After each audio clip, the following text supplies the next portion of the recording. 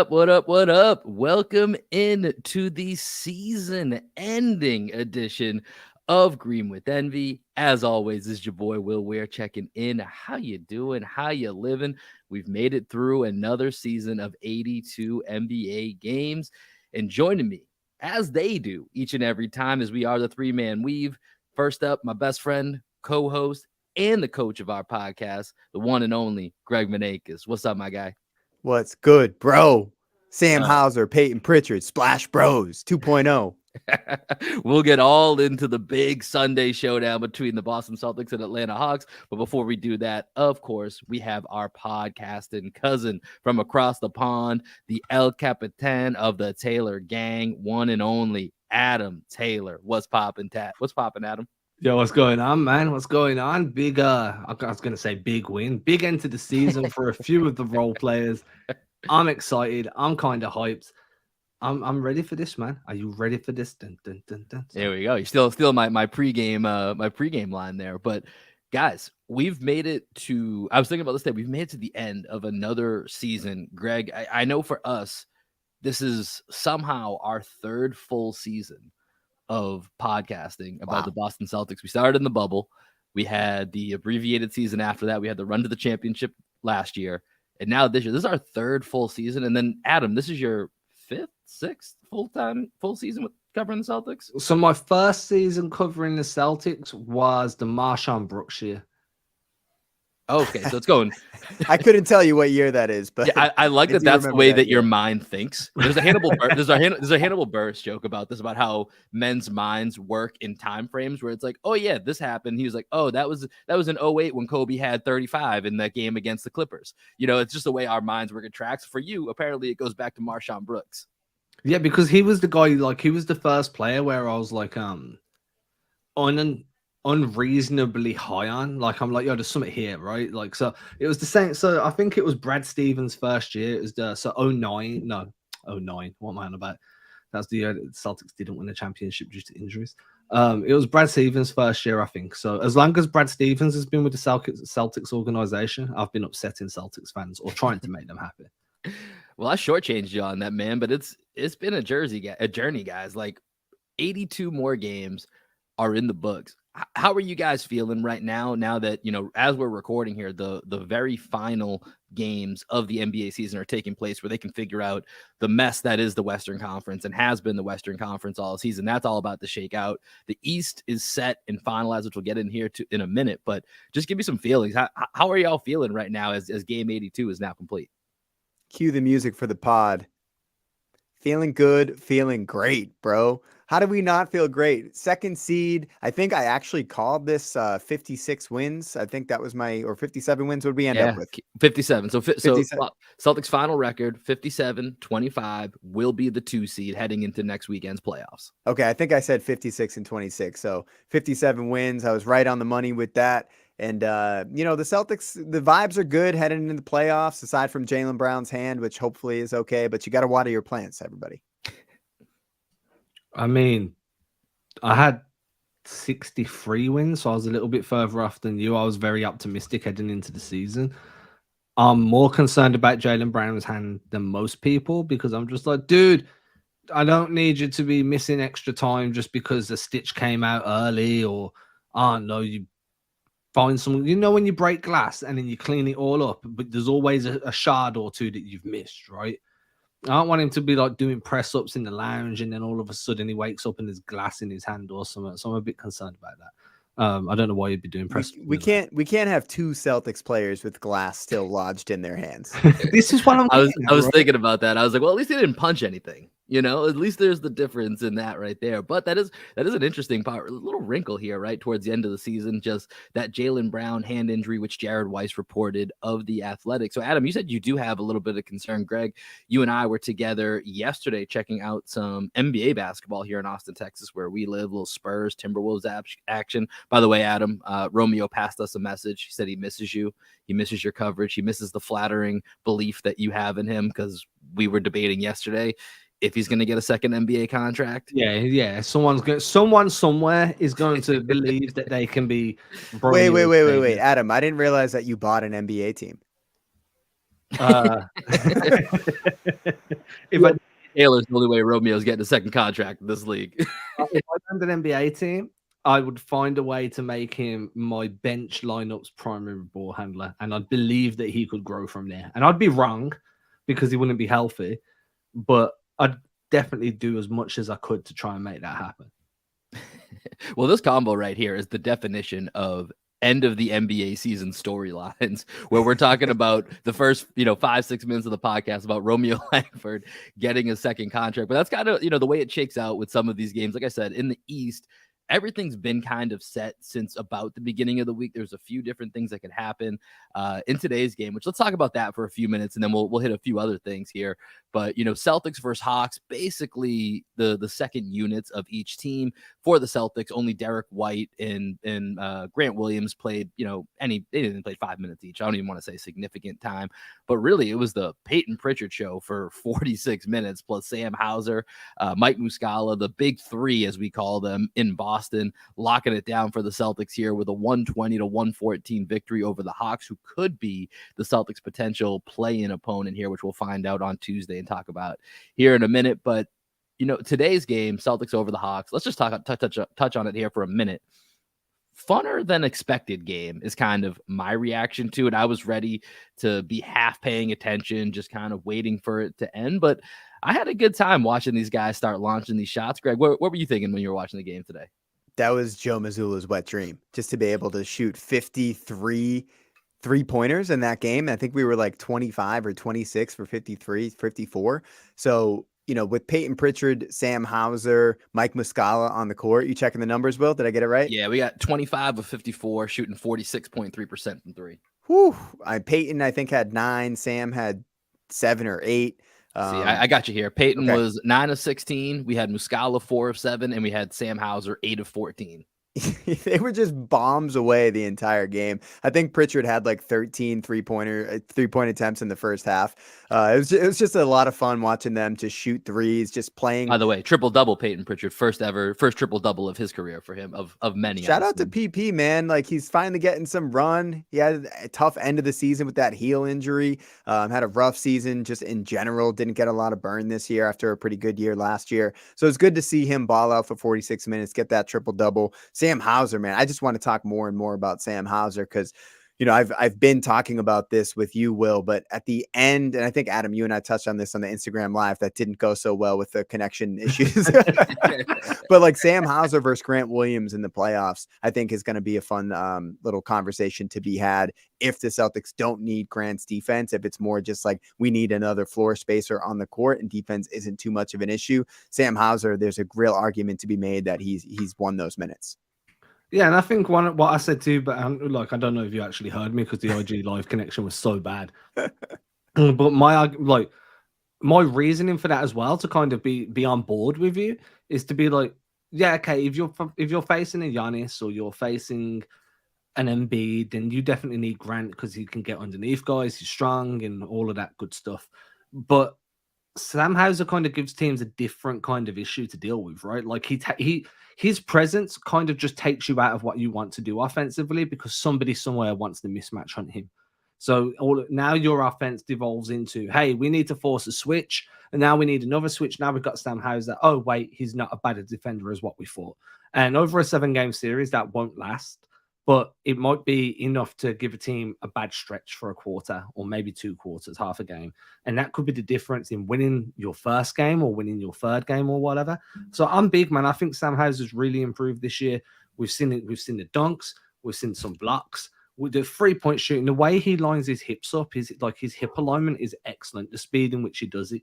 And I don't know if anyone saw me put this on Twitter, but I was like, how instead of Hauser, we need to call him Hauser, because he just keeps doing crazy shit. I don't know if that's dad humor or more British humor. I don't even know where to label that. Humor, I think it's dad humor. That's perfect humor. That's what that is. That's amazing.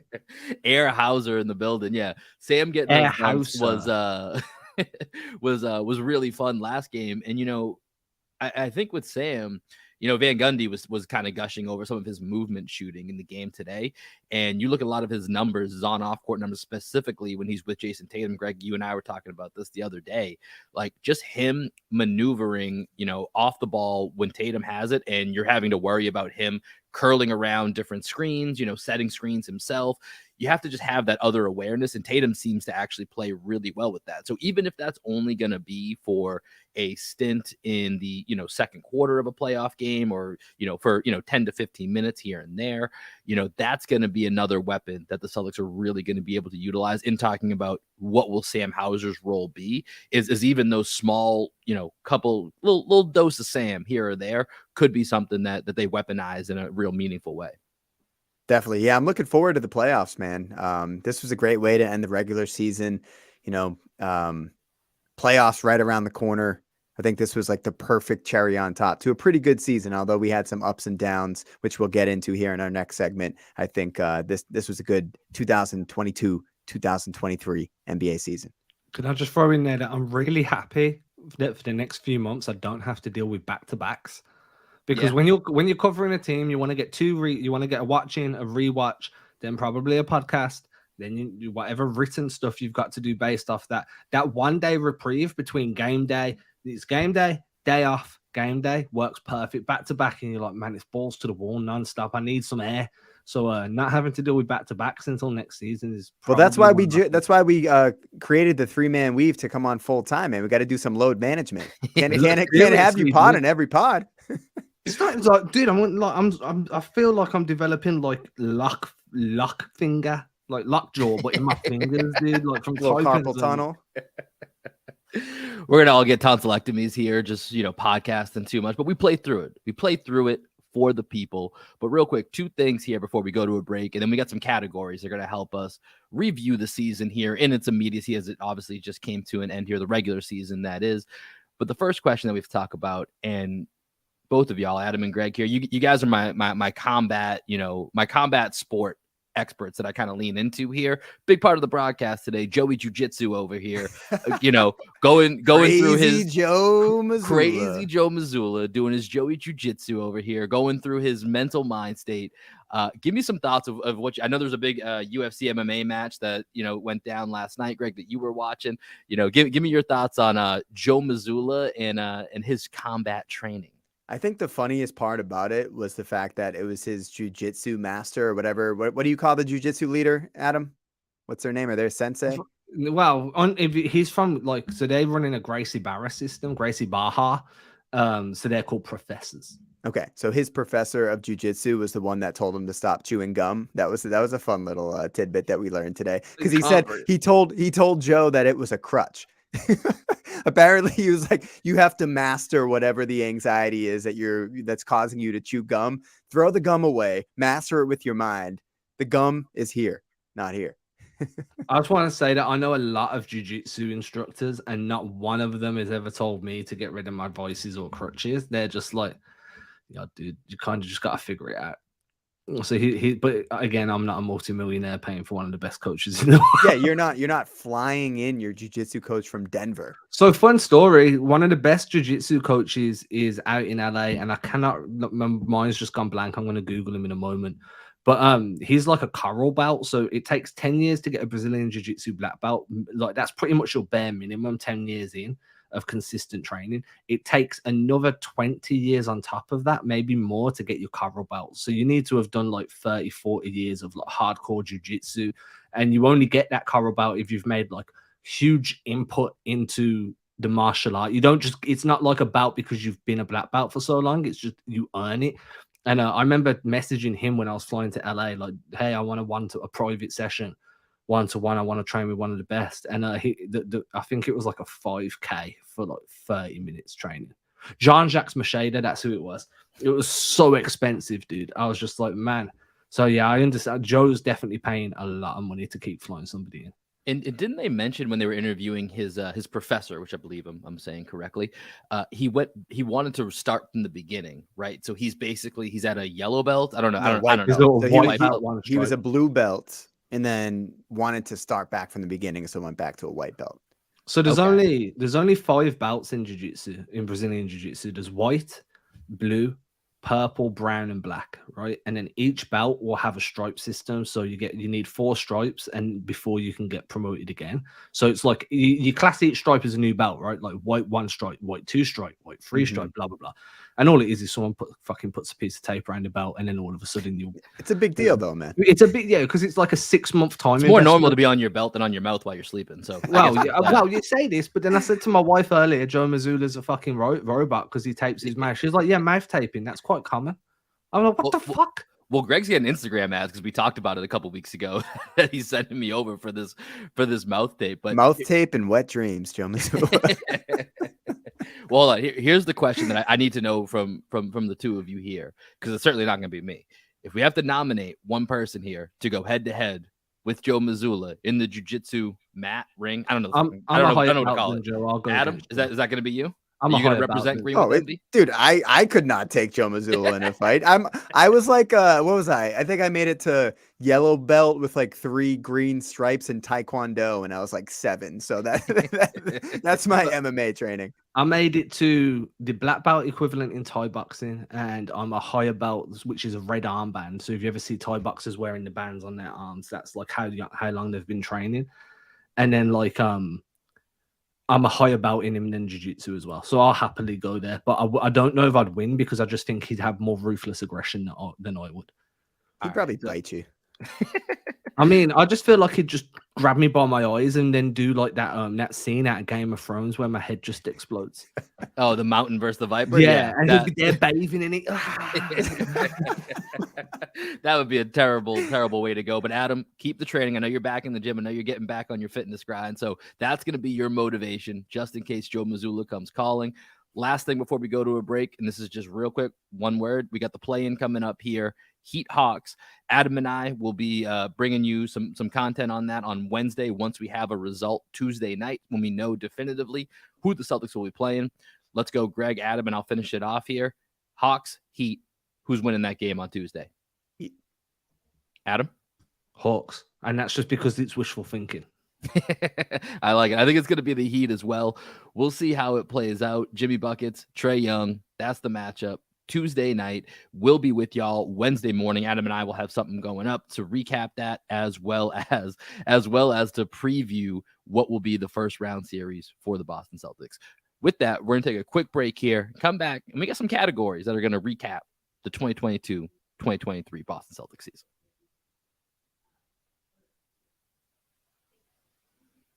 All right, guys, we did this a couple years ago, and I thought it went really well, where we had a couple different categories that we used to kind of summarize the season. Now, obviously, it just ended. You know, we're doing this pretty much right after the Hawks Celtics Summer League All-Star Game preseason matchup that just happened to end the regular season here. So we're going to go through a couple different categories, give y'all some thoughts that will help, you know, kind of commemorate what's been a really entertaining regular season for the Celtics. And then we'll set some stuff up later in the week here as we look ahead to the postseason. But let's start with our first category here. Let's go with our favorite game of the season. And I'm going to start with Adam, because there's one game that I really hope you pick for this. And I'm going to make sure it gets talked about, even if you don't pick it. But I hope you pick the one that I'm thinking of here. So, Adam, let's go to you here. What was your favorite game of this? The win against Sacramento in Sacramento at the end of the last road trip. You've disappointed me, but tell me more. I just think it was one of the best games. You come into that road trip. There was a lot of discussion about the Celtics defense. There was a bit of discussion about whether they were shooting. That was when we felt like they were shooting too many threes, and they were slowly figuring things out, but it hadn't completely got there. And then they roll into it against the team with the best offense in the league. And you knew that Sacramento weren't going to be able to shut you down, right?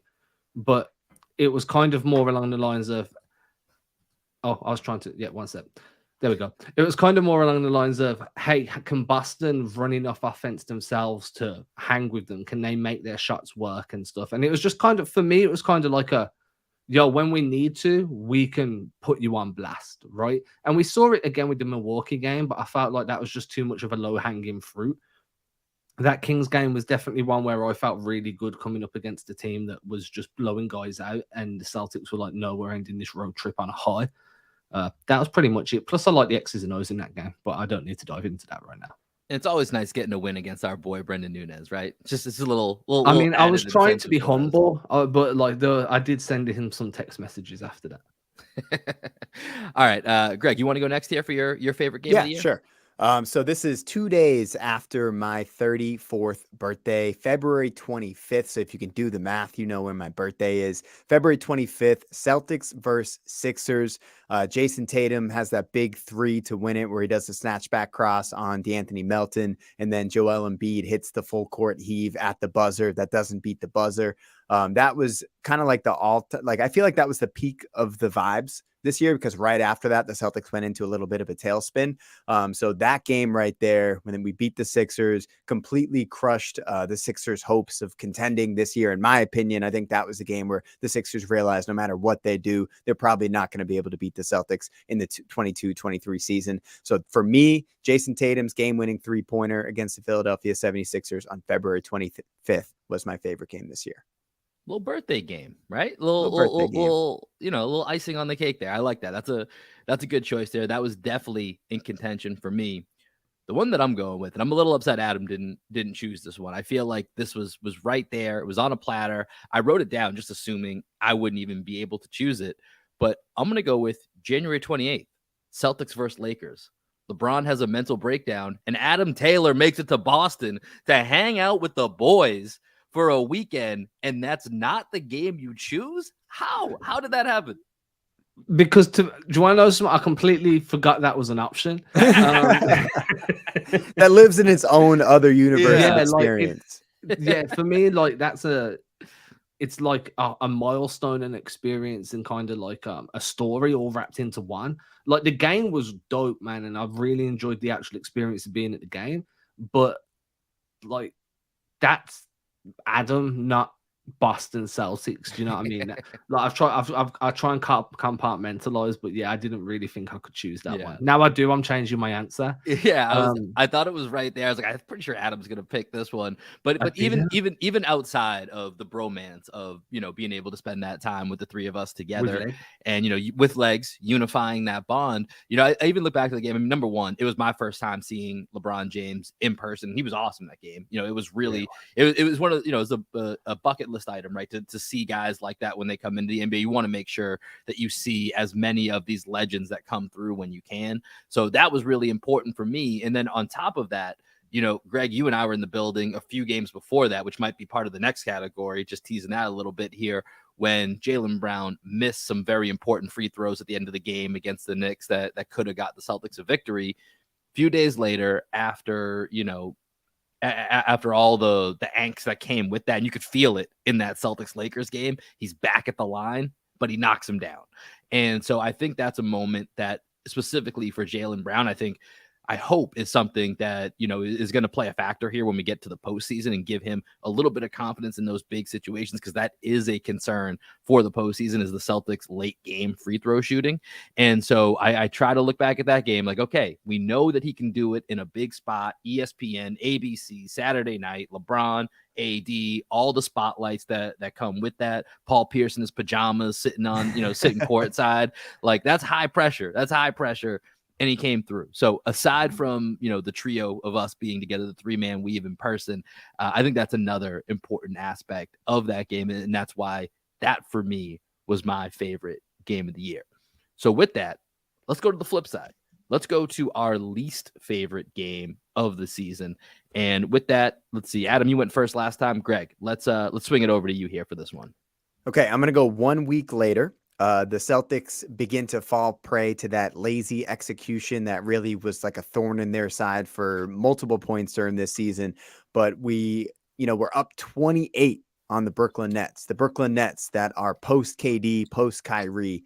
And we end up blowing that 28-point lead to a Nets team that had been struggling, and we end up losing by 10. So a full 38-point turnaround at home to the Nets. And this kind of begins that most dramatic part of the season with fans seemingly just throwing themselves overboard, getting off the ship, not going down with the sinking ship at that time. And the Celtics would go on to drop the next two games as well. We lost to the Knicks and the Cavs in overtime in the next two games. And it felt like that Nets game may have been a point in the season where we're like, oh, we're going to look back on this as a wasted opportunity. You know, one of the reasons why we didn't get the 1 seed, and that 3-game stretch definitely falls in there. And I remember myself feeling very, very low because I thought when that game started, I was like, oh, we are winning this game by 45, 50 points, like that Suns game, like that Bucks game that we just dominated right from the start. And it just didn't happen. And Mikal Bridges goes nuts. I think, who was it? Dorian Finney-Smith maybe hit a couple 3-pointers late in that game. So that was definitely as well, you know, I love this word, the nadir of the season for the Celtics. Who's next? Me or you, Will? Let's go to you, Adam. You sure? Because you went last time, so that's all right. That's what I do here. I host, I dish it out. I let y'all, give you guys some space, let you create, do your thing. Leaders eat last. First of all, I wanted to just credit Greg on, what was it, Nadir? Nadir, yeah. Nadir. Nadir. Look it up, everybody. Use those dictionaries. You see, use them dictionaries. Wow. Shout out to Webster. Wow. Okay, my worst game of the season was my calendar sometimes shows the day after because of what time the game started. So if I'm a day out, please forgive. It was the December 18th, possibly December 16th, lost to the Magic, which was the second straight loss to Orlando, right? So they lost to Orlando on the 16th/17th, then again on the 17th/18th. I was very upset about this. So they just beat the Lakers. They played the Lakers on the 14th. They beat the Lakers in overtime. They've lost to the Clippers the game before that. They lose to the Magic after the Lakers, and you're like, that's fine. We got them again in a moment. Like, a day after, we're going to play them again. There's no way you're losing 2 times in a row to the fucking Orlando Magic. Come to find out, you're losing 2 times in a row to the fucking Orlando Magic, and all of a sudden, like, all that hype and the good vibes from such a strong start to the season, and then this isn't too long after they lost to the Warriors and everything started to look a little bit wonky for them.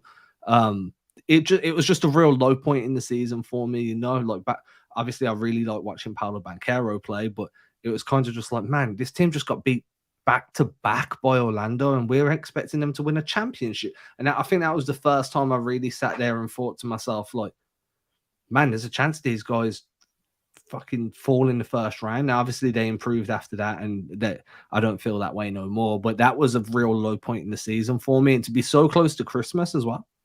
I'm pretty sure the only reason I didn't pick that game, I think my memory serves me right, is that we weren't full strength for those losses to the Magic, but the loss to the Nets, I believe that we were full strength because I think Tatum sat out a couple of those games. So Tatum wasn't there. Jaylen Brown played, Grant Williams, Al Horford, Marcus Smart, Derek White, Malcolm Brogdon, Robert Williams, Sam Hauser, Luke Cornett, Peyton Pritchard. Like, to me, that is like a team far worse than that. Damn near beat a full strength Milwaukee Bucks team. Yeah. Do you know what I mean? So I'm like, they were strong enough to win, man. I mean, they allowed Banchero went off for 31. No one else got 15 for them. Ball 11. That was an ugly game. I remember it was very displeasing to watch. Yeah. I was just like, what the fuck, man?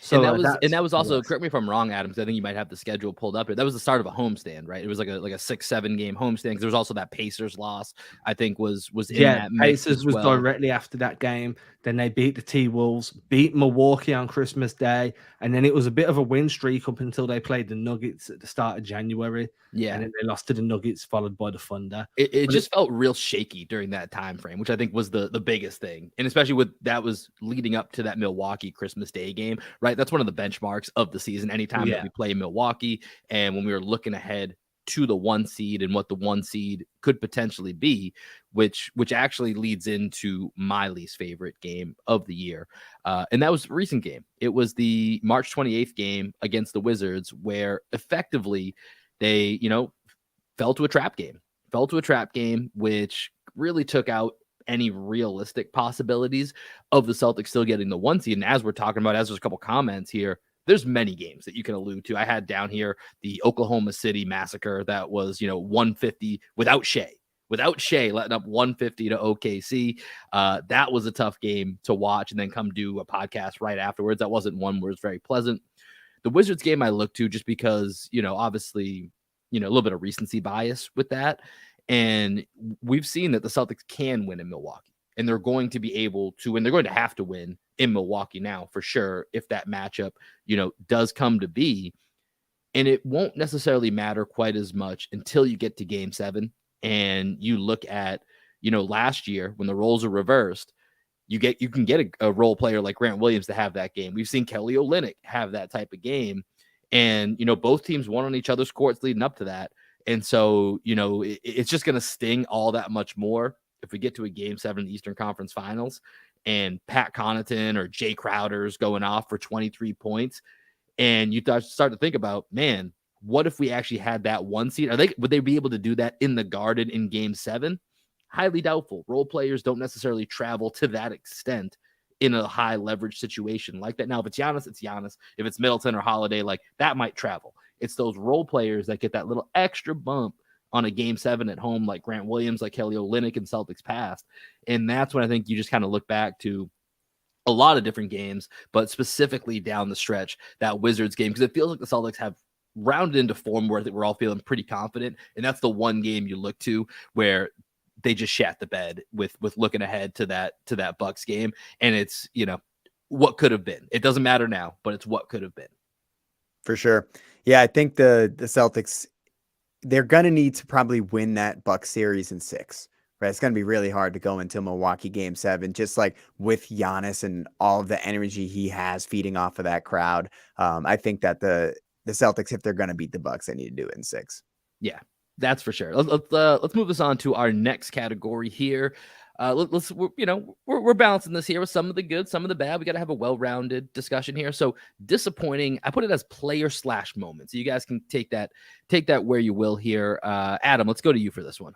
Yeah, so I didn't realize we could choose a moment, so I chose a player. Yeah, that was a last minute addition. We called an audible, but just if you want. Didn't tell the rest of us. And look at me using Omaha. Yeah, look at me. Listen, we don't call timeouts. We adapt on the fly here. The audibles, dude. I'm so proud of myself. Grant Williams was the guy that I chose as the most disappointing player. I've been high on him all season. I thought that he started the year looking incredibly improved. We saw him driving out the corners. We saw him trying to facilitate on handoff actions and run stuff around the elbows. He was trying to he was showing more of his game. And up until probably around the end of December, I was like, yo, this dude was right to bet on himself because he's earning a bigger contract right now. He's playing some really good basketball. He's fitting in with the style of the team. Joe Mazzulla's found another way to kind of get that next level out of him. And then all of a sudden it went to shit, right? So he had that slump, that shooting slump, and I'm completely fine with that. I'll overlook a shooting slump. Sam Hauser had a shooting slump. No one's talking about that anymore because the dude's been going off. Like, if shooting slumps happen, it's a long season. You know what I mean? I'm cool with that. But it's the inability now that he doesn't take those shots. He doesn't implement himself, add an impression onto the game. He feels like a passenger at some points, and one that just makes things worse, dude. He argues with the refs too much. He's not a star. He's not going to get that respect. He's not really defending at the same level. I feel like he's getting lost a little bit. He feels like sophomore year Grant Williams more than last year Grant Williams. And if everybody watching remembers, sophomore Grant Williams was the worst iteration of Grant Williams.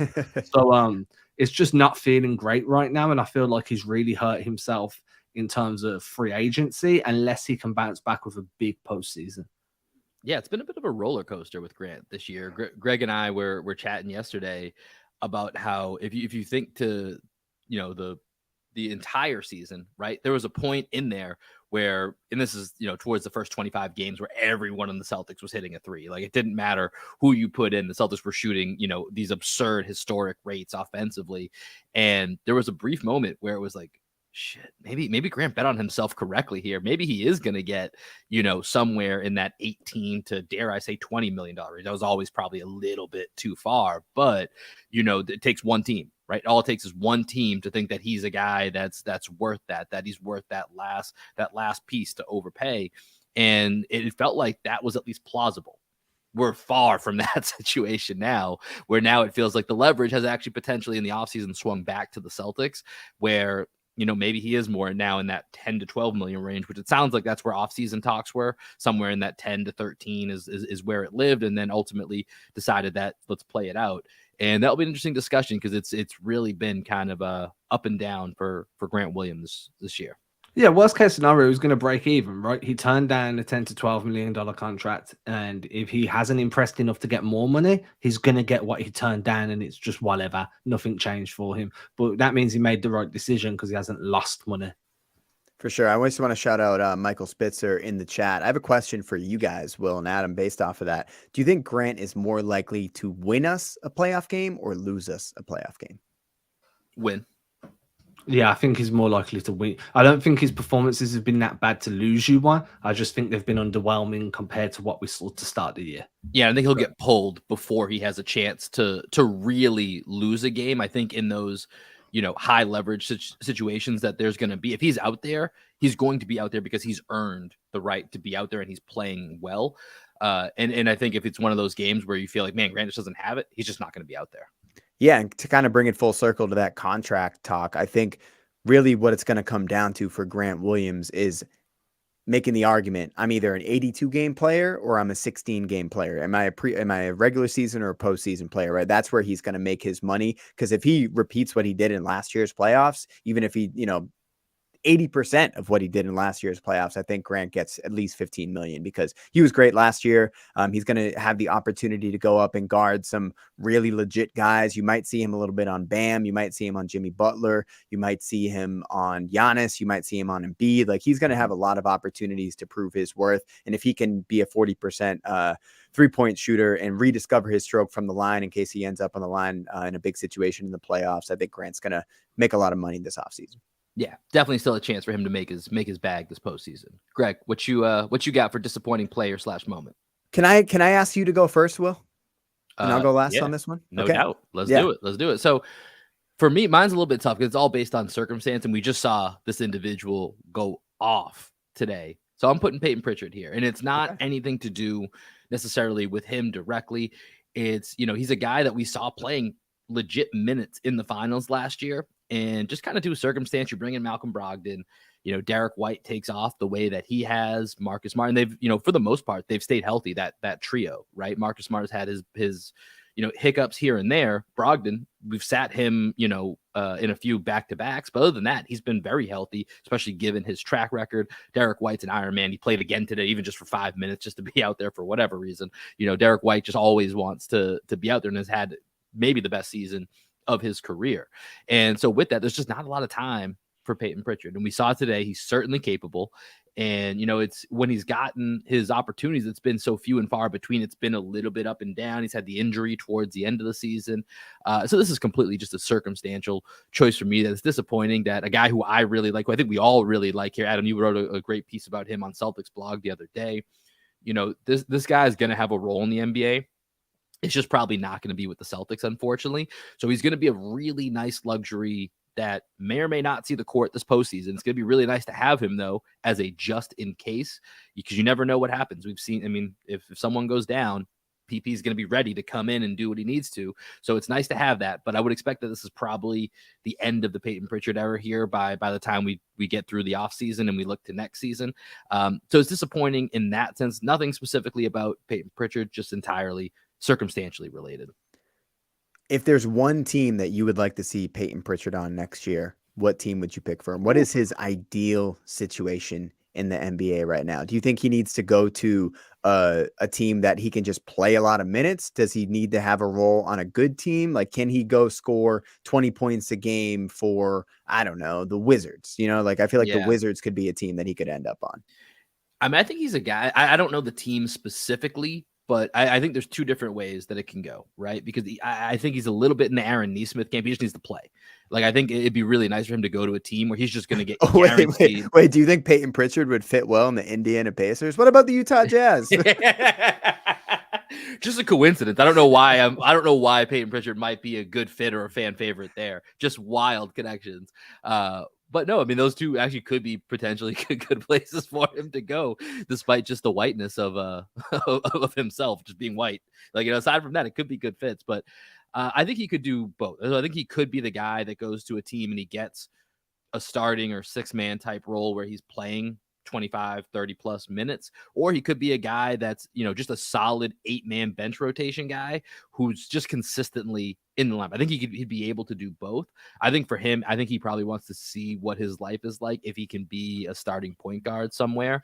But I think wherever he goes, as long as he's given an opportunity, he'll stick and he'll make an impact, but he just needs to have the opportunity to do so. I think he'd do well to be on the Lakers, to be honest with you. I feel like the Lakers might be a good spot for him too. It would hurt me to see him on the Lakers, but I think he would do well there. I've got the Bulls as probably my ideal landing spot for him. Like, they've just had point guard issues for years. Kobe White hasn't turned into the guard that they wanted him to be. I just feel like a backup role there with a good 15 to 18 minutes a night makes perfect sense. I've compared him a lot to Kirk Heinrich over his tenure with the Celtics. It might be a little bit lazy. Once again, white on white crime. But, I do see some similarities there with the shooting, the defense, just kind of the grittiness that goes along with it. I do think that's a pretty good fit there, Adam. Greg, you ready for your disappointing player / moment? I just wanted to give you your opportunity to pick your guy because I had 3 guys. Peyton Pritchard was one of them that I could have talked about. Now I'm going to talk about my favorite player on the Boston Celtics here. And this is a function of the expectations that I have for my favorite player on the Boston Celtics. And that is Sir Lob Williams.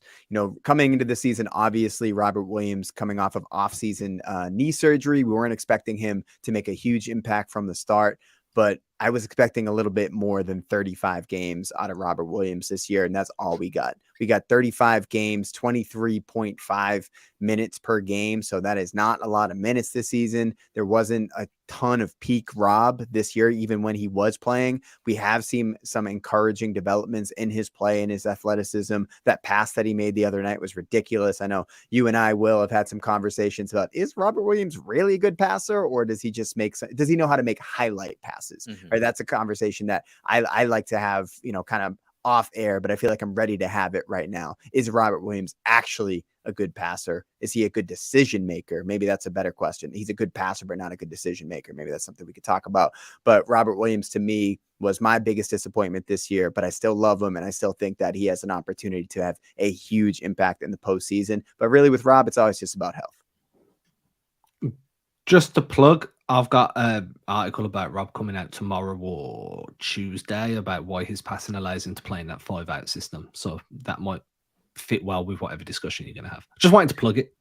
I love it.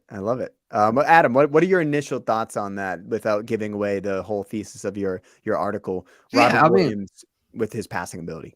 Yeah, I think the passing ability, so what I'm trying to do is look at it from multiple angles, right? Like, there's passing when it's one pass away, passing when it's a swing pass or a skip pass. Then you've got your handoffs, and you've got the different ways you could do handoffs, flip, touch, grenade, whatever.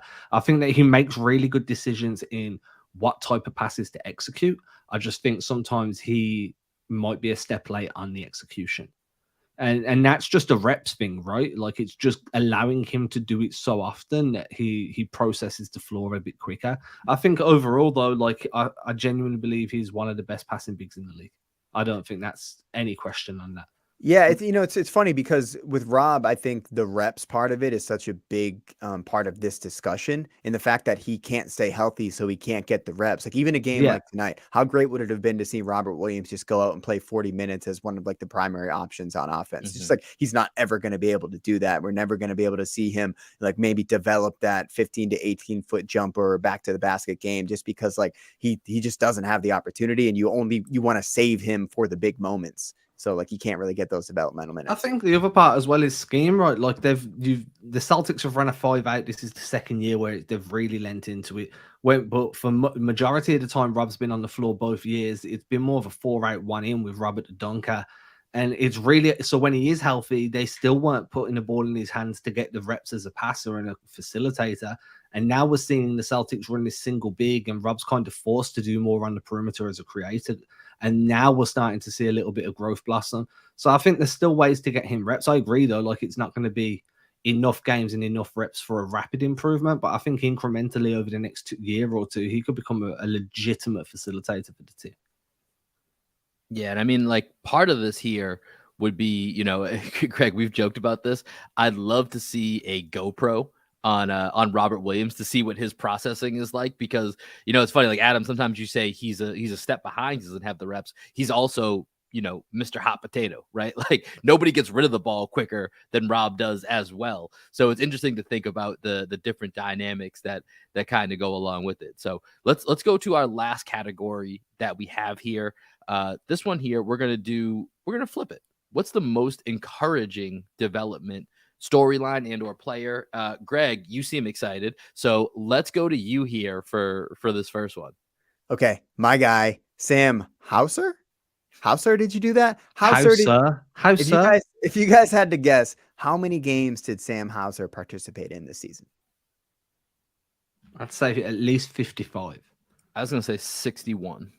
Unless I looked up the wrong thing, Sam Hauser played in 79 games. Yeah. Wow. 79 games. Is that? I got it. Okay, keep talking. Look, double check that. Me, because when I looked it up, I was like, wait a minute, Sam Hauser did not play 79 that's not his games. career total. Yeah. Oh shit, no, he played 79 games. He played 79 games this year. Yeah. No, you are 105 games for his career. 79 of them came this season. Wow. How crazy is that, right? So like That's we have amazing. Sam Hauser playing 79 games. He signed on a 3-year deal, like $1.5 to $2 million per year. Like that is such a super cheap, team-friendly deal. To think that we got Rob at a discount. We got Brogdon, he's making probably around what he's worth. Derek White around what he's worth. Smart around what he's worth. But we got Rob and Sam Hauser on super cheap deals. There's a possibility we can get Grant Williams on a somewhat team-friendly deal. And if we don't, we have Gallinari to come in next year. But Sam Hauser, like 79 games this year, 15 minutes per game, shooting the heck out of the ball, over 40% from three. You see what he can do, as we saw in the Hawks game and that Raptors game, the last 2 games. He's just been on fire. And I think there's a real opportunity for Sam to just ball out in the playoffs if given that opportunity. So Sam Hauser, to me, most encouraging player development, because like there's also the possibility, God forbid, Jaylen Brown ends up somewhere else, after the season or in his next contract. Like we have another guy that you can plug in next to Tatum to like accentuate some of Tatum's strengths as well, with Tatum playing high pick and roll and being a good decision maker there. So I think Sam Hauser, man, not in my wildest dreams did I ever think Sam Hauser could play 79 games and be a legit rotation player in the NBA. So, Greg, your statement for the record is that Sam Hauser is the Jaylen Brown replacement? No, he is not the Jaylen Brown replacement, but I do think that there are other ways the Celtics could fill in around there to make up for Jaylen's absence if, God forbid, Jaylen Brown ends up elsewhere. So I just want to say, from the moment I spoke with Sam Hauser when he was an undrafted rookie, I knew he was going to be great. And I'm talking shit. I didn't know any of that. I'm very LeBron James. Yeah, dude. I knew him before he was born, dude. Adam was in the delivery room with Sam Hauser, and he's like, I know this kid has something. I knew it, right? I said it. Ask the doctor. I said it. LeBron's funny, man. I will say this. That was the same encouraging player I had, so now I'm going to have to pivot when it's my turn. But you're completely right. Took 321 threes throughout the regular season, made 132 of them. Each one of them probably never even knew what the rim was, because the dude just splashes every time. He's like a brand new born dolphin, right? And it's just finding water and splashing the shit out of it. It's like, what the fuck? Like, he's just crushing it. I'm really happy. I think that for a long time, the Miami Heat were looked at as a team that found hidden gems. And Brad Stevens comes into the front office. One of the first moves he makes is to bring in an undrafted sharpshooter from college that was finished his final year, because he played 3 years at one college, then went to Virginia for his last year, finished, I think it was 2 free throws short of a 50-40-90 season. And then he has a choice between Miami and Boston. Trust Brad Stevens' vision for him in Boston. And now the Celtics have their own version of like a Max Strus, but without waving Max Strus and letting Miami rub their noses in it. So no, it's a great storyline, and I honestly hope that we see him win a 3-point championship next season, in the All-Star break. Yeah, I mean, I've been begging for the last couple. I mentioned Greg and I have now been covering the team full time here for our third full season covering the Celtics. That entire time and beyond, before we ever had a podcast, I've been waiting for a guy like Sam Hauser. Sam Hauser is the answer to what I've been looking for. A guy that is a 3-point assassin, that is a movement shooter. That everything that we've talked about so far of how Jason Tatum can play off of him, how Sam Hauser attracts this gravity that the Celtics just haven't had in since I don't want to. I mean, there has to be somebody I'm missing here besides Eddie House, but it's been a while since I've had a guy that just specifically dictates that type of gravity, that type of attention when he's on the court to create that space. And when you have, guys like Jaylen Brown, like Jason Tatum, like Malcolm Brogdon that can get downhill, they need the space to be able to do that. And so, Sam Hauser was definitely on my short list here for this answer. But Adam, I know that he was on your list too. So I'm going to go here next so that Adam can give you a few minutes here to think about what you want to go with. And can I just pause you for 1 second to tell you the update that just come through to my phone? And it's not Celtics related, but Rudy Gobert has been sent home after throwing a punch at his teammate Kyle Anderson during a team huddle. Okay, let's talk about that real quick because that's good. Pause on this. We went to the Spurs T-Wolves game yesterday. We were actually, Will, you going to talk about this for your vibe check? Yeah, it's going to be part of my vibe check. Yeah. Okay. So I'll skip that part, but like Rudy Gobert didn't look great live, and like he hasn't looked great on TV either. And the vibes were not great with Rudy Gobert on the court yesterday. There was a lot of like Rudy Gobert tried, what was that guy's name? Mamu on the Spurs. He tried to pronounce it, but yeah, he tried to turn and face up on him and cross over in the post and just got ripped on one possession and just looked like not even close to being a functional basketball player throughout that game yesterday. So not surprising. The fact that he was sent home, I wonder what that means. Is that like sent home for the rest of the playoffs, or is it just sent home for like a day? Like, go home, Rudy. I mean, go home. Either way. I mean, this trade already looked horrible. Jesus Christ. We haven't even finished the first season, and this is where we're at in the final game of the season, in which they're playing to attempt to get into the 7-8 play-in, like a very meaningful game for this team. And you're sending home the guy that you traded, 4 draft picks for, plus some, valuable role players. And you're sending him home, and you still have 3-4 more years with his contract. And yeah, that's just brutal look for the Timberwolves. And I said this a bunch yesterday when Greg and I were at the Spurs and Timberwolves game. Rudy Gobert is just easily one of my least favorite players to watch in the entire NBA. Very sad that I had to pick him for my play-in team last week. Yeah. Good. I enjoyed that Rudy Gobert tangent. Back to the regular schedule program. I do apologize for that. No, that was worth it. That was worth it. But let's get back here to the Celtics, a very important team here, most encouraging development / player for this year. And for me, actually, this is a decent segue here. We were at the San Antonio Spurs game in Austin. I'm going to a former San Antonio Spur, going to my guy, Derek White, potentially, maybe even likely to make it on the all defensive team. I believe he ended up leading all guards and block shots for the season. Just an amazing year for him. Shot 38% from 3-point, his career high for him this season. We talked about Sam Hauser playing 79 games. Derek White played in 81 games. Availability, this guy is just always out there. He's the linchpin to a lot of what the Celtics like to do offensively, defensively. He can be a guy that has 20 plus. He can be a guy that, has a Draymond Green triple single stat line of 7, 7, and 7. And you're like, man, that guy was maybe the most impactful that I felt today was whatever Derek White was doing on that court. He does what needs to be done. Every game this year, I find something new that I want to come onto this podcast and gush about Derek White and the development of what we saw from him last year. When the trade first happened, one of the unfortunate parts about NBA League Pass is that I actually watched the Spurs less than any team in the league, not just because they stunk this year, but even over the last few years, because we get blacked out being in Austin, Texas. So when I do try to turn into a Spurs game, I just get blacked out. I'm like, all right, I'm gonna go find something else. So I had very little background about Derek White when the Celtics made that move last year. I'd seen a couple clips, but really until he got into the mix, didn't have a chance to really see what he brought to the table. And it's really tough coming over midseason, championship run, trying to find your footing. And you've seen what a full off season, what him being able to be a part of this team from the very start, ended up being a starter for the majority of the season. You've seen the difference it made. And, we've said it multiple times. He's been the third best player on this team. Did not see that coming. That was not on my bingo board for this Celtics season to say that Derek White was going to be the third best player on the Boston Celtics this season, but I think it's really hard to dispute it otherwise. So Derek White's my answer for this category. Yeah, I've that's got how to they say, led the broadcast today. Van Gundy started off saying Derek White might be the third best player on the Boston Celtics. I was like, he listens to Green with Envy. Let's go. I don't JVG, even come on the think it's- podcast. I don't even think it's a might be. I just think he is the third best player on the Exactly. Boston Celtics right now. Like the way he dictates the flow of a game, the tempo, the way he controls when to probe, when to Nash, which there's loads of different things that he does, like on a macro level that, or a micro, no, it is macro level, that just allows him to impact the game so subtly, and I think that really accentuates everything that like Jalen and Jason are doing. So I'm a big Derek White fan. I also like the fact that he wears an NBA paint hoodie. I think that's dope.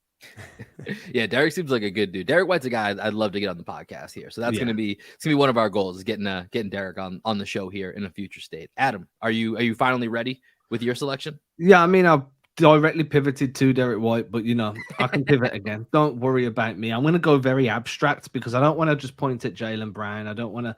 Thank you very much, the three-man weaver here for the rest of eternity.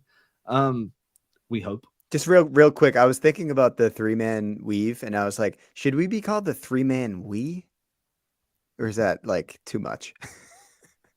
I think I know what you're going for, but you lost me, so I think it's a no. Like just like capital, well, 3-man weave, but like capitalize Capital the we. W and the E because like we're collective. I don't know. No. Okay. All right, go Back to you, Adam. Yeah. Let's get back to Adam here.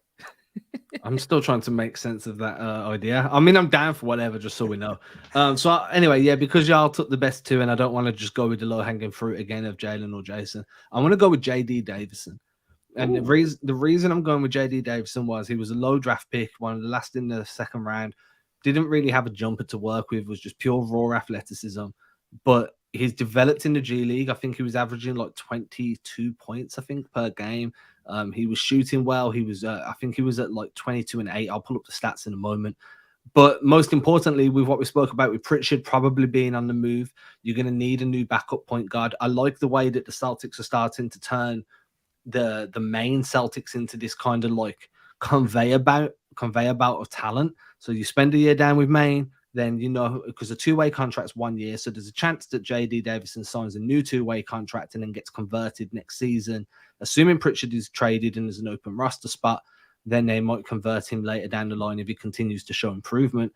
But I just think that overall, this conveyor belt of talent, what we've seen from him so far, I mean, he can control the pace, he can push the pace, can rebound, rip and run. If the 3-point jumper develops as well, he could be a solid rotation guy to back up the trio of Marcus, Derek, and Malcolm. Yeah. And he hasn't cost you anything. It's just another draft success, another success of the G League system. And that makes you more attractive to high-level undrafted rookies in the future, similar to, and what I say, when you're undrafted, the high level doesn't usually go with it.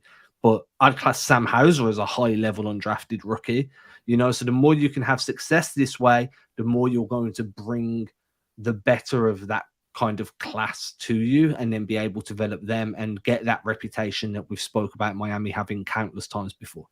So that's my way. Does this mean that the Yam Madar dream is dead? I think the Yam Madar dream was dead 18 months ago, dude. That's a discussion for another offseason, not for this right now. But yeah, it's an interesting point. We'll have, and JD Davis, man, the highlights from that guy, and even some of the athleticism you saw today in the final game, he is an athletic freak. Dude, he had one block shot today that was insane. He blocked the floater in the lane, and he looked like he was off a pogo stick. Yeah, and to the point of developing guys that the Celtics don't have on their team right now, that type of an electric guard that's that athletic, that's another wrinkle, just like Sam Hauser was that shooter that we've been looking for the last couple of years. So I like that. The pipeline's in development. Been a fun season, still a lot more to come here. So we're going to have y'all locked and loaded here as we move into the playoffs. But we'll take a quick break, come back, and do what we do every Sunday here. We'll hit y'all with a vibe check. All right, fellas, we're back here. It's a Sunday as we're recording right now. We do this every single week. This is always a fun one here. Adam, you're going to be first up here because we know where you're going right now. It will. So, can you cue up the vibe check for my production? Well, I kind of figured we're taking a break, so it would just come right back in with it. It doesn't work that way. It doesn't work that way. Cue up the vibe check. All right. We in the mix here. We got a vibe check ready to go like we do each and every week. Adam, you're up first, my G. What you got? Yeah, so if you follow me on Twitter, then you're already gonna know this. But yesterday we got a puppy English bulldog named Henry. His name was already named when we got to him. He's 12 weeks old, but he's super responsive to that name. Like the recall's already in place. Like we can build on it to get really solid recall. So we chose not to change it. So Henry is a 12-week-old English bulldog. For any of you looking, that's already a big boy. He's like 10 kilos, so that's 22 pounds already. Like and he's just a super good boy, likes to play. So I woke up, he slept through last night 11 p.m. till 7:30 a.m. We wake up, I take him to, we're potty training, so I take him into the backyard. We come back, we play tug of war for about 20 minutes. He eats, back into the backyard, tug of war again, sleeps for 4 hours. It's like, yes, this is the best dog ever because I just get all the fun and then the sleep, right? So that's my vibe check right now. We're super loving him. My daughter adores him.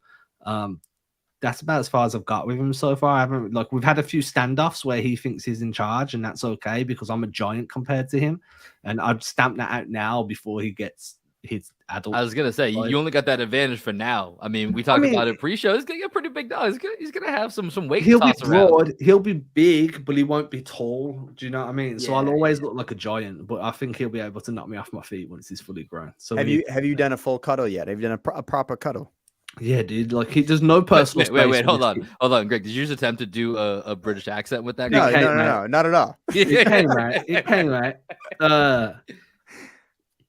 Considering you said my accent was really strong in person on a podcast, I was always like I asked you to your face, and you said it wasn't that strong. No, I mean, there's no personal space for this little mofo. Like he just climb like. So our sofa's quite new, and I love my sofa. So like I'm very like protective of it. So there's like cheap blanket throws all over it that we went and bought on Friday when we knew we were getting him. So his claws can't rip the fabric, right? Mm-hmm. And he's all walking all over these throws, and then he'll be up on my head and clawing at my face. Yeah, dude, he's had lots of snuggles. I love it. He's got no personal boundaries right now. So now we have 4 dogs that are part of the Green with Envy family. I got 2. I got Blaze, my 11-year-old Pit. He just turned 11 last week. Yeah. Billy, my 3-year-old Gremlin, and then Will has got his boy Taco. Taco's a big boy. Turns 2 in about a month here, and then we got Henry. We got the squad, man. This is the squad here. Green with Envy. Always growing here. Got 4 pups on the scene. We got to find a way to do a puppy cast sometime. Just get all the pups in here. I don't know how we're gonna make it work, but we got to find a way to make that happen. That's like a GoPro thing. A GoPro and lots of monitors. Yeah. We'll get a lot of screens. We're gonna get some extra hands involved for that. But we'll get a lot of screens. Sorry, I'm just getting you back. Was that your American accent? Yeah. What was that? What was that? I can only do like one really specific type, and it's usually like a Californian Valley girl. Oh, that's great. I don't know where to go. Okay, Greg, so I'll go with my vibe check next. So Adam, we talked about this a little bit earlier in the pod. You're a like MMA guy, like you actually train. I'm just a fan. I am not tough whatsoever. But UFC, I think it was 287 was last night. So I always make sure that I tune into the big fights. One of my favorite fighters is Israel Adesanya. And in his last fight, Alex Pereira, who's this like big time Brazilian kickboxer that beat him when they were just kickboxing professionals, followed him to beat him and take his belt after like 7 professional MMA fights in the last time they met up. And coming into this fight, I was kind of expecting Pereira to wipe the floor with Adesanya again, just because he's huge. He fights at 185, but he walks around at 220. Like he cuts that much weight for these fights. So he's an absolute giant. And he had Adesanya up against the cage in round 2, and it looked like Adesanya was going down. He's covering up against the cage. You can go look up the clip on Twitter, wherever you get your clips for UFC. And Pereira just starts unloading on him, completely drops his guard, knees him in the face, goes to his like dreaded left hook that knocked Izzy out in the last one. And Izzy just comes out of nowhere, 1-2s him. Left to the jaw, right to the temple, left to the jaw, right to the temple. Pereira goes down, knocked out cold. Izzy gets his belt back. Huge moment, and then hits him with the bow. Yeah, hits him with the Pereira bow celebration that he does. But then the craziest that was the other thing guy's celebration. Yes, that was his Oh, I celebrate. didn't know that. Okay, that's Yeah, badass. I he didn't know that part he of it. does it in his walkout. It's great. And then at the end, Izzy Izzy like he like went to sleep on the canvas, and he talked about that after the fight and said when Pereira knocked him out in kickboxing, Pereira's son came into the ring and like literally did that next to Izzy, this like 6-year-old kid. And then Izzy just goes, yeah, I had to find him in the crowd and like do that to him to get my revenge because, you know, I need to kick that little kid's ass if his dad's not going to do it. So he was just like on an absolute high. Izzy's one of my favorite fighters. It was really cool to see him get his belt back. I mean, I like the way, first of all, I haven't trained MMA in years. I still train like MMA styles, just not all at once. I've always been a fan of you learn each style individually rather than go to an MMA gym and just learn you become a jack of all trades, right? Instead of a master. Yeah, and it seems like most of the professionals are like an expert in one thing. Yeah, so I've done my 10 years in Muay Thai. Now I'm on year. If I remove all the breaks that I've had, I'm on year 3 in Brazilian Jiu-Jitsu and all that crap. But so I'm one, I'm just not tough. I'm just stupid. 2, I think Izzy's great because he's so unpredictable. You know, like them question mark kicks, not easy to throw. They're 10 times harder to kind of mask, right? So they actually become a question mark kick. The whole point of it is you think it's coming as a front teep or it's coming as an oblique, and then it snaps over and hits you in the face. They used to call it the crocodile kick because it's like a crocodile's tail where it'll come one part and then just snap over. They're really hard to master, and he just throws them 20, 30, 40 times a fight and lands like 90. He's like the Sam Hauser of kicks. He's really, really fun, and I just think his bravado is great, and he's not as obnoxious as what some of the other like big time fighters are. I'm looking at a very specific Irish guy that I'm too scared to name drop because Ireland's not far from me, but y'all can guess, right? So yeah, I'm a big fan of Izzy. Yeah, and then one more guy I just want to shout out. Although, you know, he's got some opinions I don't necessarily agree with. Let's say that just real quick. Masvidal is a great fighter. He retired after Jorge. He retired after his fight last night with Gilbert Burns. So great career for a great fighter. Just want to acknowledge him. And then Gilbert Burns, I hope he gets a title shot next, because Gilbert Burns, I think that his fight with Khamzat Chimaev is like one of my favorite fights that I've ever seen. And I think that there's a real argument that Burns actually won that fight. So I would like to see Gilbert Burns get an opportunity to fight Edwards or Covington, who, as he said, in the ring last night. And then I'm excited just for like what the UFC has in store. Bo Nickel's a really exciting young prospect. I want to see Chimaev back in the octagon soon. And I'm just really excited for all the things that UFC has going, especially now that they're under the same umbrella as WWE. I think that's going to be a fun little crossover.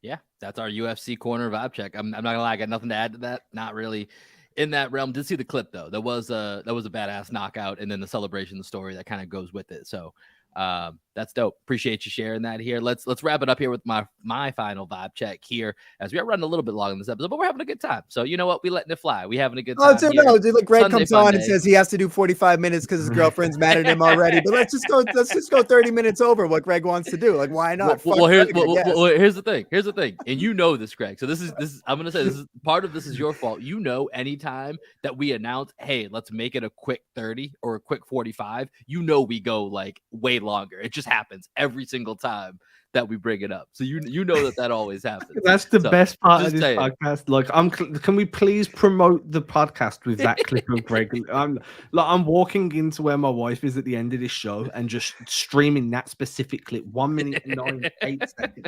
Who gives a hell about my relationship? I've got stuff to do. We're going an hour 10 here. So with that, I'll get my. We're an hour 10 in. Let's just go for another 30. Like, why are we stopping? I'm already in trouble. Hey, we have a little lovely movie date coming up later, so that will help ease it a little bit, right? Gonna go see Air later, so hopefully that finished by the time settle it over.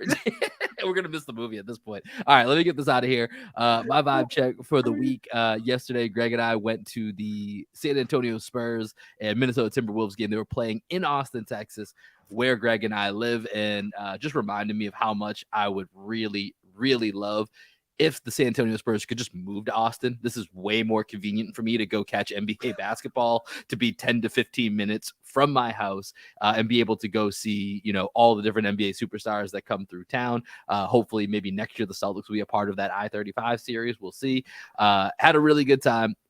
Game itself, just an absolute shootout, very much an all-star preseason game feel. And of course, Greg alluded to this, and I know you guys talked about it on the IG Live pregame. Became best friends with Michael Conley Sr. So that was a fun development. Mike Conley's family was sitting directly in front of us. Got to have a couple conversations with Mike Conley Sr., including a pretty awkward comment by me where I inadvertently let him know that I was reading his text messages, which just for anyone listening out there, probably not the best way to start up a conversation with someone that you're trying to talk to, but had a good time, man. It was just fun getting the chance to go see some live basketball in the city that we've lived in now for over 10 years that doesn't have any pro teams outside of a soccer team we got 2-3 years ago. I just want to point out, Will, you always give me crap about like my ability to find facial twins or whatever. Like this person looks like that person. But I looked at Mike Conley Sr. and I saw him and I was like, you know what? Kind of looks like Mike Conley Jr. a little bit. And I was like, I wonder if this is Mike Conley Sr. I just like tapped you. I was like, dude, I think we're sitting right behind Mike Conley Sr. And then you went on Google, looked it up. And then what happened was, so everyone makes fun of me because I got bad eyesight, right? So the text on my phone is just like much larger than the normal text. It's really big. So Mike Conley Sr. is the only person I've ever seen that has bigger font on their phone. And Adam, it was like a billboard on his phone. Like my comment was awkward, but like there was no way to miss it when he just held it up. It's like, oh yeah, you have to read your text with your phone like this. Yeah, it literally says "Hi, Mike." Yeah, it's like those were the only words you could see, like "Hi, Mike." But Will starts the conversation and he's just like, yeah, so my buddy over here, he was looking at your phone, or I was looking at your phone, and we saw your text message said Mike, and and then I was thinking like, is this Mike Conley Sr.? So hi, I'm Will. Like it's like super awkward, and that's how Will started the conversation with Mike Conley Sr. So shout out. That takes confidence, dude. Like proper, like very big confidence. So props to you, man, because not a lot of people would have the testicles, the gonads, the cojones.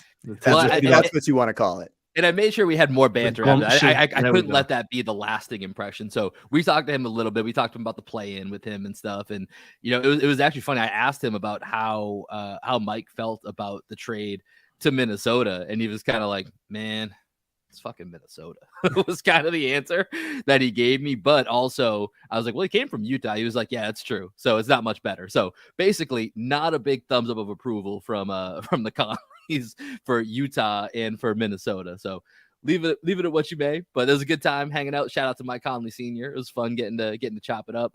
But that's gonna do it for this episode of Green with Envy. We've got to run. We've got to make sure Greg still has a relationship to go back to when we wrap up this episode. We have gone way longer than we anticipated, but that's sometimes just what happens when you unite the three-man weave. Myself, Will Weir, Adam Taylor, Greg Menakis. We have such a good time that we lose track of time. It's bound to happen. But with that, Greg, let us know what we're going to hear on the way out of here so you can get back to your life. Yeah, I know the drill. Black Sheep Optimist, Skywalking. Peace, everybody. Peace. Bye-bye.